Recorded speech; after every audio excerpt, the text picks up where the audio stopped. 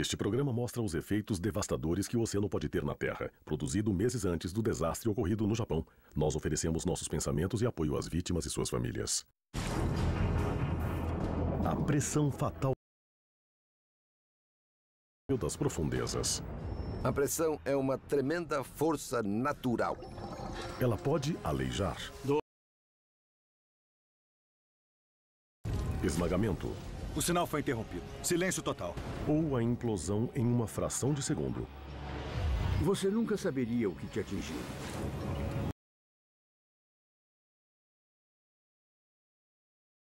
Dura que a outra até o ponto. 11 quilômetros abaixo é muito hostil. É a mesma pressão de uma caminhonete em cima de uma moeda. Nada escapa da pressão fatal dos universos.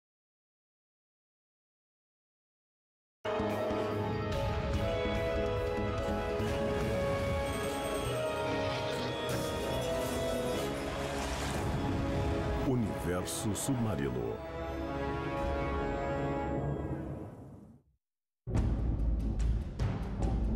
De todos os planetas conhecidos no universo, o planeta Terra faz algo único.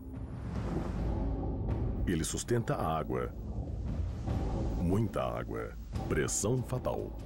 Mais ou menos 70% do planeta está coberto por água e a profundidade média é de 3 quilômetros. E então, se olharmos do espaço para a Terra, você pode concluir que deveríamos ser chamados de planeta oceano, não planeta Terra. A Terra está coberta por um cobertor de líquido que totaliza 529 milhões de quilômetros cúbicos. Transformada em uma bola, ela mal chegaria a 1/3 do tamanho da Lua. Pesando 1 quilo por litro e com todo o líquido sendo puxado para o centro da Terra por causa da gravidade, ela pesa aproximadamente 1 sextilhão de quilos. O peso da água é a maior barreira de todas para podermos explorar o universo submarino. Os humanos a sentem como pressão, a mais mortal força das profundezas. Quanto mais fundo você vai no oceano, mais feia a coisa fica. Quanto mais fundo vai, mais água existe sobre você. E então, a água acaba ficando mais pesada. O peso do oceano é dividido em 5 camadas ou zonas, cada uma mais funda, escura, fria e mortal que a anterior. No fundo do mar, a 11 mil metros abaixo está o mais letal lugar da Terra. A 11 mil metros, a pressão é de quase 8 toneladas por polegada quadrada. Então você pensa em 8 toneladas em cima de um quadradinho, isso te faz pensar. Alguma coisa consegue sobreviver ao peso do universo submarino? Zona epipelágica. Para melhor entender as imensas forças em jogo, é necessário descermos através das 5 zonas de pressão, começando desde o topo. Zona 1, a epipelágica, que também é conhecida como a zona da luz do Sol e a lar da maioria das espécies marinhas. Apesar de relativamente rasa e aparentemente tranquila, a pressão aqui já é uma inimiga formidável. Os primeiros 11 metros, com certeza, são os mais perigosos para um mergulhador inexperiente. Jacques Cousteau liderou uma revolução no mergulho na década de 1940, dando aos humanos o acesso sem precedentes da zona epipelágica pela primeira vez. Faz menos de 100 anos que começamos a explorar abaixo da superfície para ver o que tem lá. Mas nem todo mergulhador está atento para o poder da pressão da água, especialmente tão perto da superfície.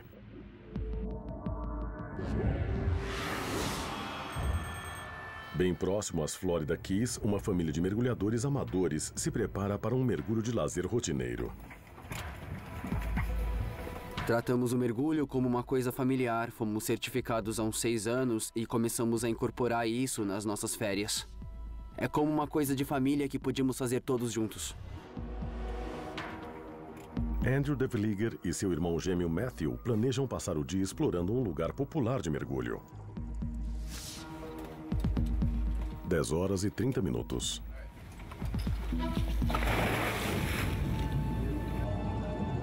Nós descemos devagar. Tínhamos uma ótima visibilidade. Águas claras e mornas. O dia perfeito. Mas as águas mais rasas escondem a mais extrema mudança de pressão do planeta. Aonde estamos agora, no nível do mar, o peso do ar acima é de uma atmosfera ou de um bar. Então, se olharmos para o céu ou para a montanha mais alta, essa altura te dá um bar de pressão, uma atmosfera. Uma atmosfera de pressão é igual a 14,7 libras por polegada quadrada, ou PSI. O peso de uma polegada quadrada do ar na nossa atmosfera.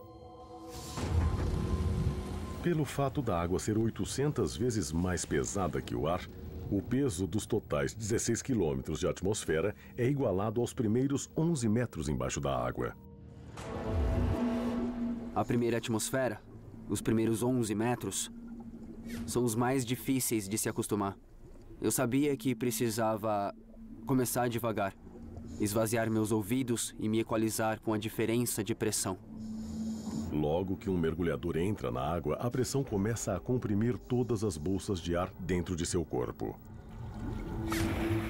Se você pudesse descer segurando seu fôlego, conforme a pressão fosse aumentando, seus pulmões seriam mais e mais e mais apertados até que não houvesse nada além de polpa de sangue. Esse é o segredo do regulador. Ele permite que você respire o ar na pressão ambiente, na pressão do nível submarino em que você está. Assim, você não sofre um acidente. Andrew e Matthew descem a 42 metros. A pressão aqui é de 4 atmosferas. O equivalente a 4 bolas de boliche pressionando cada polegada quadrada do corpo. Estávamos nadando por ali, exploramos o navio. Visibilidade de mais de 30 metros. Um lindo mergulho. Apesar dos irmãos estarem respirando ar pressurizado, cada minuto embaixo d'água afeta muito seus corpos. Quando você respira em uma alta pressão, os pulmões ficam expostos a uma pressão maior e vão mandar mais gases para a corrente sanguínea. O único jeito de se livrar dos gases é expeli-los vagarosamente ou descomprimir enquanto volta à superfície. 11 horas. E meu irmão fez o sinal para mim. É hora de subir. Nós temos mergulhado por uns 6 ou 7 anos e esse dia não me pareceu ser diferente das outras vezes e ele me mostrou o sinal que era hora de subir. Então, eu pensei, ok, é hora de subir. Regra do dedão, subir 20 metros por minuto. Eu olhei em volta para ver onde ele estava, mas eu não consegui encontrá-lo. Eu olhei para cima e consegui ver um mergulhador que estava muito mais alto do que eu estava. Matthew está subindo rápido, muito rápido. O ar, na sua corrente sanguínea, conforme sobe, é expandido, porque está comprimido. Sob a pressão ambiente, você precisa ir bem devagar para que qualquer coisa no seu corpo seja dispersada ou descartada, para que não ocorra um bloqueio. 11 horas e 7 minutos. Eu finalmente cheguei ao barco e foi aí que o meu irmão começou a ter dificuldades para respirar. Mergulhadores que enfrentam esse problema se encontram tendo experiências com vários sintomas adversos. Dor, dormência, parestesias, perda de coordenação, fraqueza, paralisia, embolia nas artérias, perda da consciência ou perda de memória, colapso cardiovascular imediato e morte. O corpo humano não responde bem a altas mudanças na pressão diferencial. A doença da descompressão, ou o BINDS, é uma doença da Revolução Industrial. Foi inicialmente observada em pessoas que usavam ensecadeiras, ou enormes cilindros que seriam colocados embaixo da terra para forçar a água a sair das minas. Quanto mais fundo iam e quanto mais tempo ficavam, eles começavam a sentir dores nas articulações e eventualmente começaram a ter fatalidades. Mas muito pouco ainda se sabe sobre o porquê do corpo reagir tão abruptamente a mudanças de pressão. Os cientistas agora entendem que ela ataca o corpo de dentro para fora. Uma garrafa de refrigerante demonstra como. Se pegar uma garrafa de refrigerante e olhar para ela antes de abrir, antes de desrosquear a tampa, não existe nenhuma bolha que possa haver. Você tem gases que estão suspensos naquele líquido, o dióxido de carbono que está no refrigerante. Quando abre a tampa, você ouve aquele barulho. E é quando aparecem as bolhas, que são o gás no líquido tentando atingir um novo ponto de equilíbrio com seu ambiente. E é isso que você tenta prevenir quando está tentando prevenir a doença da descompressão. Mas no caso de Matthew, já é tarde demais. Pois sua corrente sanguínea já é uma massa de bolhas. De todas as 5 zonas fatais de pressão, a primeira e mais rasa, a epipelágica, faz muito mais vítimas por ano que qualquer outra. Conforme os irmãos gêmeos Andrew e Matthew Defligger sobem à superfície depois de meia hora mergulhando, fica claro que alguma coisa tinha saído errada. Não sabíamos o que pensar. O Matthew não conseguia mexer as pernas, estava com a respiração curta, ofegando muito e também agarrando seu traje. Foi muito assustador. Nos comunicamos com a guarda costeira e corremos até em casa. As bolhas de gás na corrente sanguínea de Matthew estão ameaçando bloquear completamente sua circulação. É como a trava de vapor no carburador de um carro. Se você não colocar gasolina dentro do motor, o carro para. E se você não tiver sangue bombeado por todo o seu corpo e no cérebro, você para e não demora muito tempo para isso. 45 minutos depois de chegar à superfície, os gêmeos chegam ao hospital. Agora, a pergunta feita aos médicos de Matthew é como encolher as bolhas mortais para o tamanho inicial. A resposta? Mais pressão. O colocaram em uma câmara de descompressão e o deixaram lá dentro por um bom tempo. Matthew é colocado às pressas em uma cápsula chamada de câmara hiperbárica. A pressão do ar na câmara é elevada ao equivalente a 3 atmosferas de pressão de água, o suficiente para fazer as bolhas começarem a encolher. Se as bolhas não forem reduzidas de tamanho, elas continuam se acumulando nas articulações, na coluna vertebral e em outras áreas do corpo e continuam causando danos. Matthew é selado na câmara por 2 dias. 3 dias. Mas os médicos não veem nenhuma melhora. Durante o tratamento, em muitos casos, os sintomas são diminuídos. Porém, no caso de Matthew, os sintomas não pareciam diminuir nada. Foi assustador. A gente realmente ficou muito preocupado.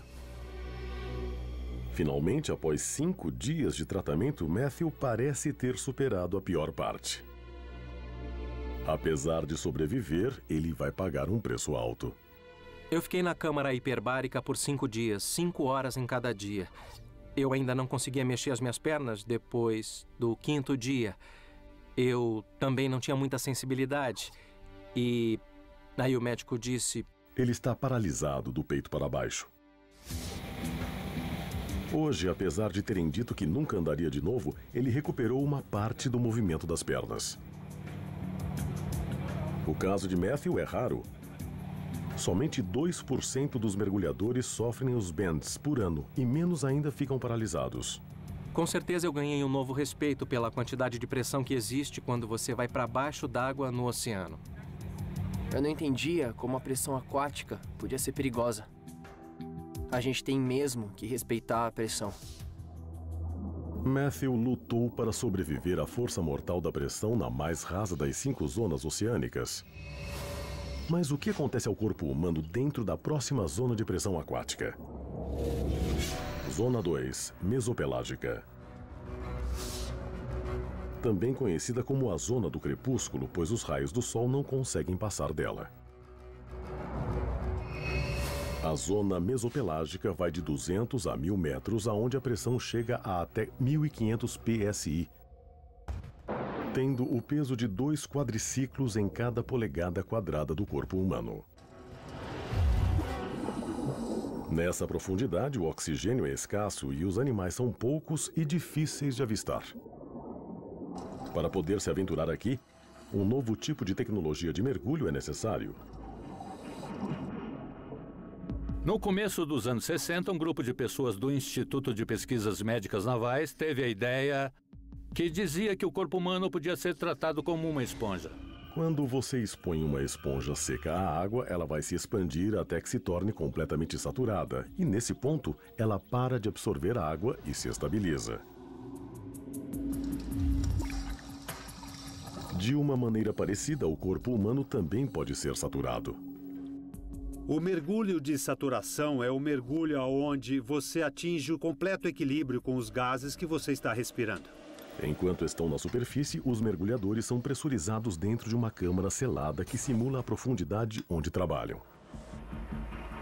Seus ouvidos começam a estalar e você começa a sentir a cartilagem comprimindo conforme vai mais para o fundo. Depende de quão fundo você vai, mas pode levar 3, 4, 5 ou 6 horas para você ir lá para baixo. Mas o seu corpo se ajusta e fica saturado e você acaba se acostumando. Uma vez completamente saturados, os mergulhadores são abaixados até o chão do oceano dentro de um sino de mergulho. Quando você está no chão ou qualquer outro lugar que precise embaixo da água, você pode abrir a porta do sino. E pelo fato das duas pressões serem exatamente iguais, a água não entra no sino. Você pode ficar por 12 horas ou por 28 dias. O tempo da descompressão não vai mudar contanto que você permaneça nessa pressão. No final de seu mês, só vai precisar de 3, 4 ou 5 dias de descompressão. Ela acaba com a necessidade de descomprimir todas as vezes que você mergulha. Desde os primeiros dias do mergulho de saturação, a curiosidade tem sido descobrir quanto de pressão aquática o corpo humano pode suportar. Nas décadas de 60 e 70, tudo era perigoso. E as pessoas ficavam machucadas quase todos os dias. E houve sim algumas fatalidades. No final da década de 70, nenhuma equipe americana tinha chegado a mais de 300 metros abaixo d'água e conseguido sobreviver. Os cientistas da Universidade de Duke anunciaram uma série de testes de mergulho virtuais abaixo de 300 metros. Eles chamaram o projeto de O Experimento Atlantis. Você precisa estar no lugar mais seguro que puder se algo der errado. E se você estiver fazendo isso no oceano, existe muito mais risco do que se você estiver numa situação controlada. Uma instalação de pesquisas do tamanho de um ginásio é construída para simular as condições existentes embaixo d'água. Dentro de uma câmara de pressão de 2 metros de comprimento, chamada de bola de golfe, os cientistas planejam forçar 3 mergulhadores até seus limites. Na época, ninguém sabia até que profundidade um humano podia mergulhar. O segredo do mergulho de saturação é respirar uma combinação precisa de gases. Se você, ao invés de ar, mudar para uma mistura de diferentes gases, permitirá que consiga ficar mais tempo e ir mais fundo. O ar que respiramos na superfície é uma mistura de 78% de nitrogênio e 20% de oxigênio que se torna mortal na profundidade. A exposição de humanos ao nitrogênio embaixo da água pode causar um efeito narcótico e prejudicar seu discernimento. Você pode chegar a um nível de narcose de nitrogênio onde vai tirar seu regulador da boca e tentar dar como alimento aos peixes. Você pode ficar intoxicado por oxigênio e chegar ao ponto de ter convulsões. Substituindo muito do oxigênio e nitrogênio por hélio, um gás menos narcótico no fundo, mergulhadores de saturação conseguem permanecer mais saudáveis por mais tempo. Mas em 1980, a mistura ainda precisava ser aperfeiçoada. Ninguém havia afundado mais de 300 metros sem enfrentar os efeitos adversos. Acontece que respirar hélio ainda oferece alguns riscos. Você pode observar os efeitos de quando mergulha com hélio. Quando mais fundo e mais rápido você vai, mais severos esses efeitos se tornam. O homem encarregado do experimento, Dr. Peter Bennett, espera aperfeiçoar a mistura e eliminar efeitos colaterais, mas primeiro precisa de voluntários humanos. Existem os formulários de consentimento. Você precisava saber que estava sendo voluntário para algo que poderia possivelmente terminar em morte. Depois de um cansativo processo de seleção, 3 mergulhadores civis são escolhidos para servirem como cobaias de teste humanas. O líder é um mergulhador de saturação vindo do Mar do Norte e seu nome é Steve Porter. Eu sabia que eram especialistas e que eram os melhores do mundo nisso, e foi por isso que eu quis me tornar parte disso. Apesar da profundidade ser simulada, o perigo é real. Uma vez que totalmente saturados, não há formas de esses homens escaparem caso alguma coisa saia errado. Eles são bombardeados com gás e precisam ter pelo menos 31 dias para expelir esse gás, senão sofrerão com a doença da descompressão. Era um risco, um grande risco. Depois de 2 mergulhos, testes de sucesso, um batendo o recorde de 700 metros, os pesquisadores estão prontos para chegar a um novo recorde mundial. Steve Porter e sua equipe são selados dentro da câmara. A 7 metros de distância no centro de controles, o Dr. Bennett começa a aumentar gradualmente a pressão. Eles estavam indo para uma terra de ninguém com aquele tipo de pressão. Não tínhamos ideia do que ia acontecer. Bem. 3 homens estão prestes a tentar atingir um recorde, mergulhando virtualmente na segunda de 5 zonas de pressão fatais do universo submarino. A mesopelágica, entre 200 e 1.000 metros de profundidade. Aqui as pressões atingem 1.500 psi, ou o peso de 2 quadriciclos pressionando cada polegada quadrada do corpo humano. Eles sabiam que estavam indo rumo ao desconhecido. O formulário preenchido terminava em risco potencial de morte. Isso tinha que ser escrito. Eles assinaram o formulário e fizeram esse julgamento. Na manhã de 25 de outubro de 1981, os mergulhadores de teste dentro da câmara de simulação pressurizada estão passando pela fase inicial do experimento.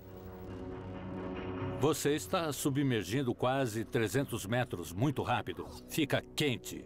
Você sente essa compressão muito rápida. É infernalmente desconfortável. Porter e os outros já passaram pela profundidade usual de trabalho da maioria dos mergulhadores de saturação. Apesar de estarem começando a sentir os efeitos físicos da pressão, eles ainda estão longe de conhecerem a realidade de trabalhar na zona mesopelágica. O frio é seu maior inimigo, assim como a pressão. Você tira a luva e sente muita dor nas mãos. Sente assim que tira a luva. Tony Groom passou a maior parte de sua carreira a 200 metros abaixo da superfície, fixando plataformas de petróleo no frígido Mar do Norte. É parecido com o trabalho de um astronauta. As pressões são bem parecidas. Você tem o vácuo no espaço e tem a enorme pressão embaixo d'água. Seus movimentos são restritos e, assim como no espaço, é mais devagar. Você pode ficar andando na água o dia todo e ficar completamente exausto, pois todos os movimentos são muito difíceis. Na Universidade de Duke, os mergulhadores testes estão percebendo que, apesar do conforto de sua instalação de pesquisa seca, os efeitos da pressão estão se tornando mais debilitantes conforme vão mais fundo. O ar fica tão denso que suas narinas não conseguem respirá-lo. Você não consegue ar suficiente, então precisa estar respirando o tempo todo pela boca. Com profundidade, o ar se comporta diferente do ar no qual estamos agora. Ele quase atinge propriedades líquidas. Se você aplicar pressão suficiente ao gás, ele se comprime. E as moléculas ficam tão próximas que passam por uma mudança de estado e se transformam de um gás para um líquido. Você conseguia sentir fisicamente a densidade do ar só de se mover e de respirá-lo. No segundo dia, Steve Porter e sua equipe atingem o recorde anterior de 699 metros de pressão de água marítima simulada. Estava tudo bem na profundidade máxima. Não podíamos acreditar e então dissemos, bom, talvez não tenhamos atingido a barreira anterior ainda. Por que não tentamos ir mais um pouco até 740 metros? No dia 12, com o consentimento dos mergulhadores, o Dr. Bennett dá o comando. Conforme a pressão aumenta para 1.023 libras por polegada quadrada, os efeitos físicos adversos são imediatamente intensificados. Se precisasse espirrar, isso poderia arrancar o topo da sua cabeça. A pressão interna da câmara nos machucava muito mesmo. E o pior, suas mentes começam a pregar peças. Você começa a ter sonhos psicodélicos que te deixam maluco. Eles me deixaram preocupado várias vezes. Sob pressão extrema, o hélio é conhecido por causar convulsões a animais e fazer alguns mergulhadores alucinarem.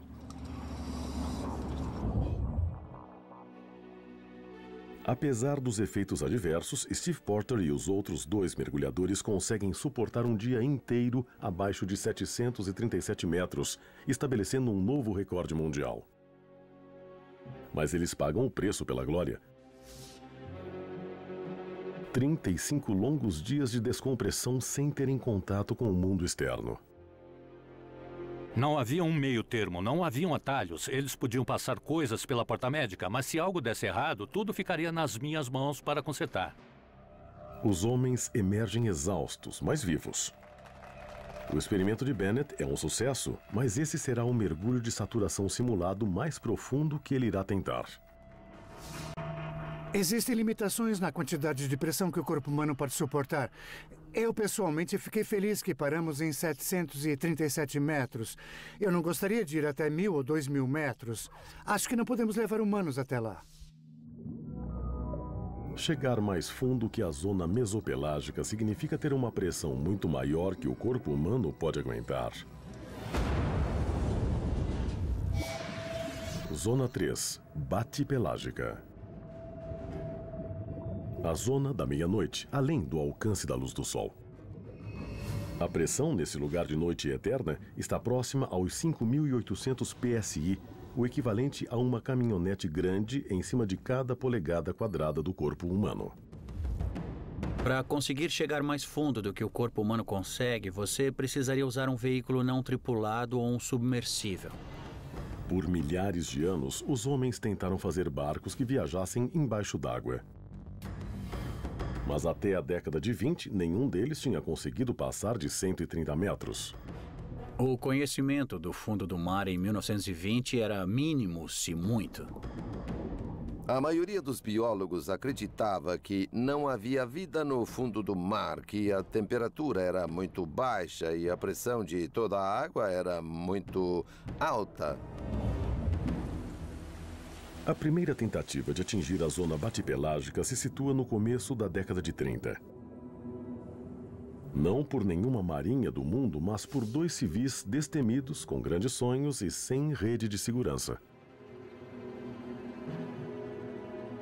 William Beebe e Otis Barton. William Beebe era um dos mais famosos naturalistas do mundo. Ele era diretor do zoológico do Bronx, era ornitologista por ocupação. Beebe forma um time com um jovem engenheiro chamado Otis Barton, que tem um protótipo no qual acredita ser possível levá-los até a zona batipelágica. Ele o chama de a batisfera. Construir a batisfera era tal como construir um foguete Apollo, só que feito por 2 crianças no fundo de casa. A batisfera tem 1,5 metro de comprimento, oca e feita em aço em forma de bola com paredes de 1 polegada de espessura. A esfera de 2.250 quilogramas será abaixada dentro do oceano por um único cabo de aço. Dia 30 de janeiro de 1930, próximo à costa da Bermuda, a batisfera é colocada dentro da água para vários testes não tripulados. Eles afundaram a batisfera vazia a 500 metros e a trouxeram de volta.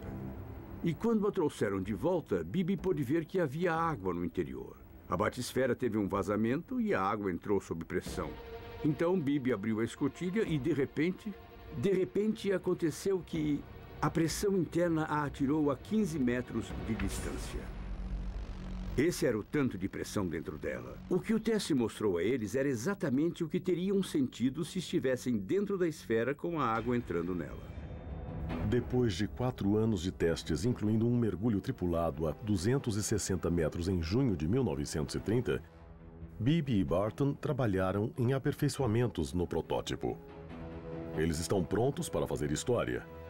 Uma submersão tripulada a quase 1 quilômetro de profundidade. Frequentemente pensamos em resgates no espaço, mas esse era ainda mais arriscado, pois não havia maneira de alguém poder puxar a batisfera caso o cabo se soltasse.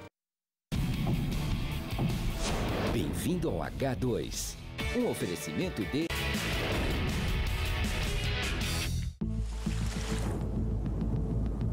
Em 1934, nenhum humano havia explorado as últimas 3 zonas de pressão do fundo do mar, uma mais mortal que a outra. Em 21 de agosto, próximo à costa da Bermuda, 2 homens estão prestes a explorar a Zona 3, ou a batipelágica, pela primeira vez. A pressão era o inimigo. Eles estavam falando de quase 1 quilômetro até um ponto onde a pressão por polegada quadrada em cada ponto da batisfera ia ser de aproximadamente 300 quilos. Se houvesse qualquer vazamento, você nunca saberia o que o atingiu. Para suportar essa pressão, Beebe e Barton estão confiando no desenho esférico de seu submarino para mantê-los a salvo. Uma esfera é o formato estrutural ideal pelo fato de distribuir toda a pressão igualmente pela superfície da estrutura. É como a pedra central de um arco. Uma ponte pode suportar uma alta quantidade de peso. Mas como ela consegue? Bom, é um bloco rígido. E ele transfere as forças do centro para os lados. Se fizer isso em 3 dimensões, você consegue ter uma força igual em todas as partes. E aí terá uma esfera.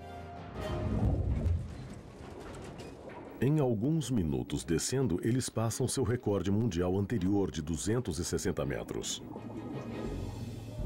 Conforme você continua descendo, tudo começa a ficar escuro. Se torna um mundo de linhas, formas, silhuetas e sombras.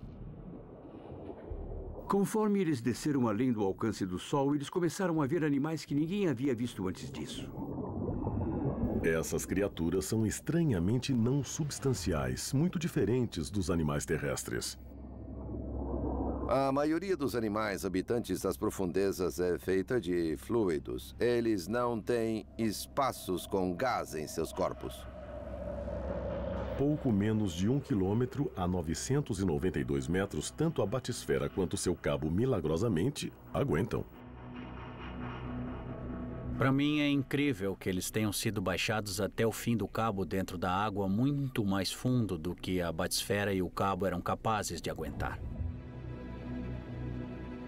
Quando a escotilha é finalmente aberta, já a bordo do navio, Beebe e Barton emergem como celebridades internacionais. A batisfera era notícia de primeira página. William Beebe era uma estrela e os cientistas não deram muita atenção para ele. Por anos, a corrente principal da academia permanece cética sobre os cálculos de Beebe e Barton sobre as espécies animais nas profundezas. Ele não tinha nenhuma fotografia e também não tinha conseguido coletar nenhuma amostra. Mas seu mergulho desafiador veio a inspirar um novo tipo de exploradores subaquáticos obcecados em chegar ainda mais fundo. Abaixo da zona batipelágica fica uma região ainda mais mortal. Zona 4. O abismo ou zona abissopelágica. Ela começa a mais de 3 quilômetros abaixo da superfície e se estende até chegar às vastas planícies abissais que compõem mais da metade da superfície da Terra. Mapeamos o que dizem ser menos de 1% de todo o solo dos oceanos do nosso planeta. Mapear é uma coisa, entender o que está no fundo é outra. E é por isso que ainda estamos em fase de massiva exploração oceânica. EIB, ou Explorador Autônomo Bentônico, é a criação de cientistas do Instituto Oceanográfico Woods Hole. Sua missão? Mapear o solo submarino de forma autônoma. Até 1995, a única forma de explorar o solo das profundezas era com submersíveis tripulados ou robôs presos por cabos. Um veículo operado por controle remoto pode ficar lá embaixo muito mais tempo do que eu consigo. E eles podem se lançar e descobrir informações do fundo muito mais do que posso arriscar com alguém vivo lá embaixo. Mas um robô completamente autônomo pode conseguir ir mais fundo e ficar por mais tempo que uma unidade tripulada ou suspensa. Os desenhistas de Woods Hole inventaram um formato que poderá suportar até 6.500 metros de pressão. Uma força igual a 4 toneladas ou um elefante adulto pressionando cada polegada quadrada do corpo humano. Nós visualizamos uma coisa em formato de nave, com uma ferramenta no fundo e pinças que podem se mover para qualquer lado, parecido com a nave Enterprise. A flutuabilidade é um dos maiores desafios em projetar qualquer submersível. Esses 4 raios são usados para a navegação. O submersível precisará de bolsas de ar para ajudá-lo a voltar para a superfície. Mas bolsas de ar são facilmente esmagadas. Como evitar a pressão da água e ainda ter algo naturalmente flutuante? Os projetistas do submersível escolhem esferas ocas feitas de um material surpreendente. Esferas de vidro, desse tamanho. E elas têm mais ou menos uns 20 milímetros de espessura. E conseguem chegar ao fundo do mar, na maioria das vezes. O submersível é um completo sucesso. Quando os cientistas viram esse mapa saindo da impressora no barco, disseram: "Olha isso! Você entende o tanto que isso nos diz?" E disseram: "Faça de novo." Nos próximos 15 anos, o Abe revelará áreas de nosso planeta que seriam completos mistérios. 22 de março de 2010. Mergulho número 222. 3.200 metros abaixo até uma seção vulcânica ativa no solo marinho. Na sala de controles, no navio de apoio, o submersível parece não ter problemas, mas... De repente, logo após a meia-noite, todos os sinais do Abe pararam. Os sinais todos pararam. Pararam mesmo. Silêncio. Nada.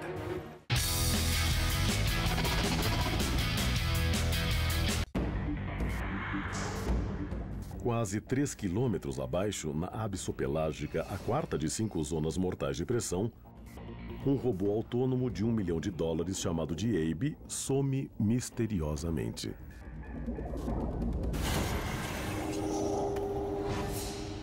Nós esperamos por horas, como na missão de resgate do Apollo, tentando descobrir o que tinha dado errado e o que fazer para nos comunicar com ele.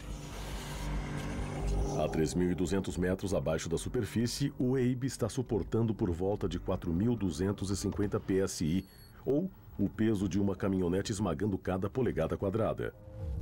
O engenheiro-chefe, Tim Shank, acredita que o robô finalmente sucumbiu à pressão. Ele tem 6 bolas de vidro distribuídas no topo. Essas esferas são o que dão a flutuabilidade. Uma das bolas fraquejou e, depois de muitos mergulhos, implodiu. Quando uma esfera explode, é como 5 bananas de dinamite.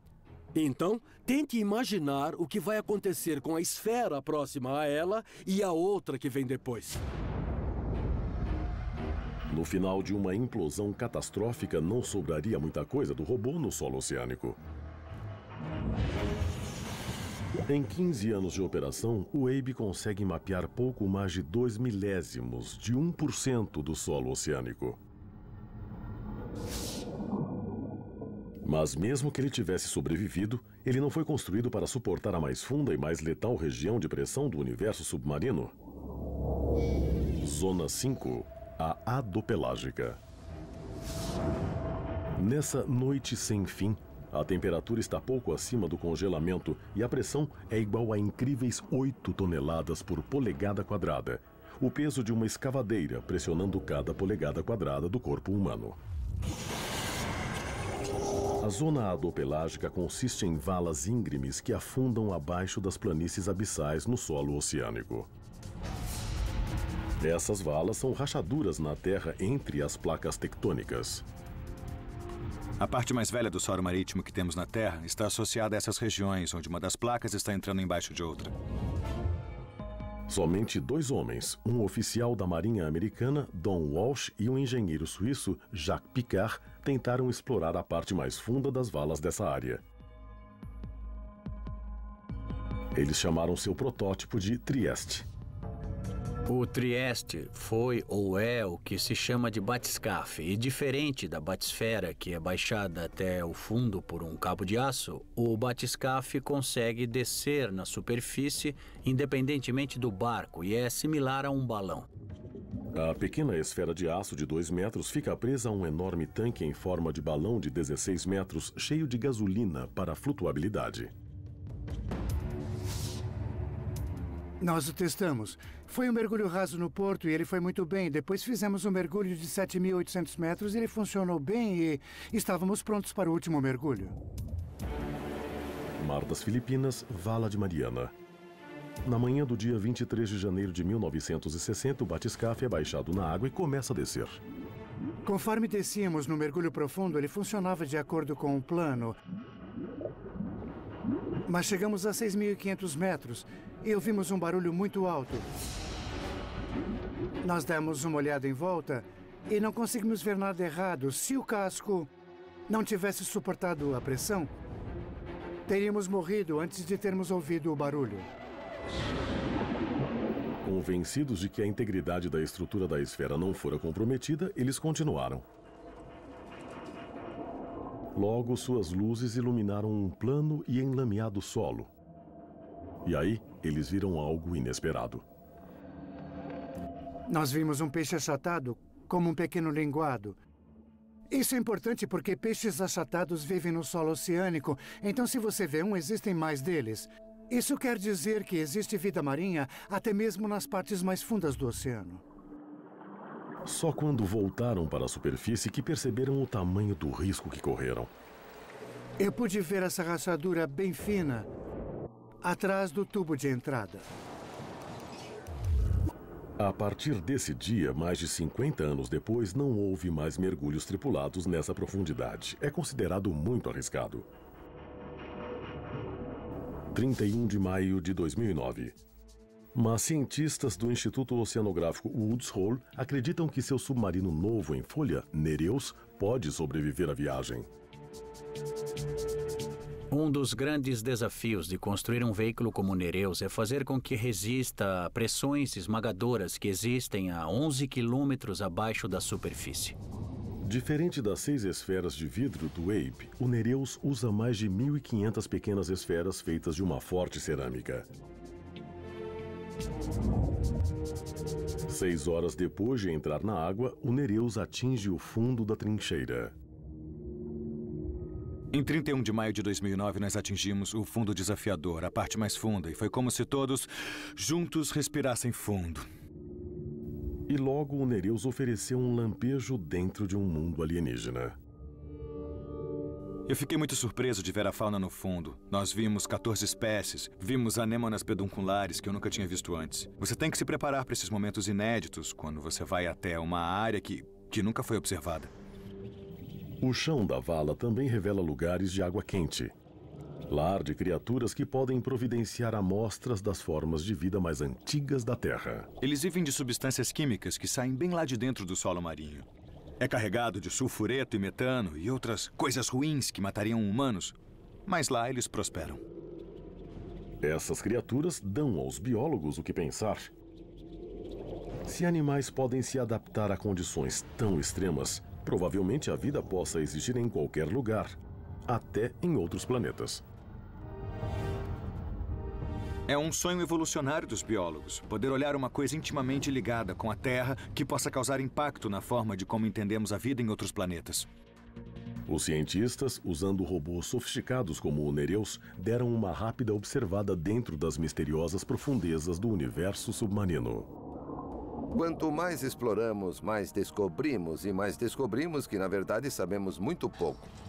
Apesar do poder esmagador da pressão aquática, os humanos continuarão explorando a mortal fronteira final.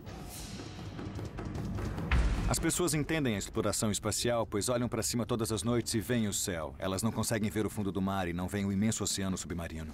Elas não percebem o quanto suas vidas dependem do oceano. A pressão é uma entidade penetrante, envolvente, esmagadora e sem misericórdia. É uma tremenda força da natureza. Está lá e é preciso respeitá-la. Universo submarino.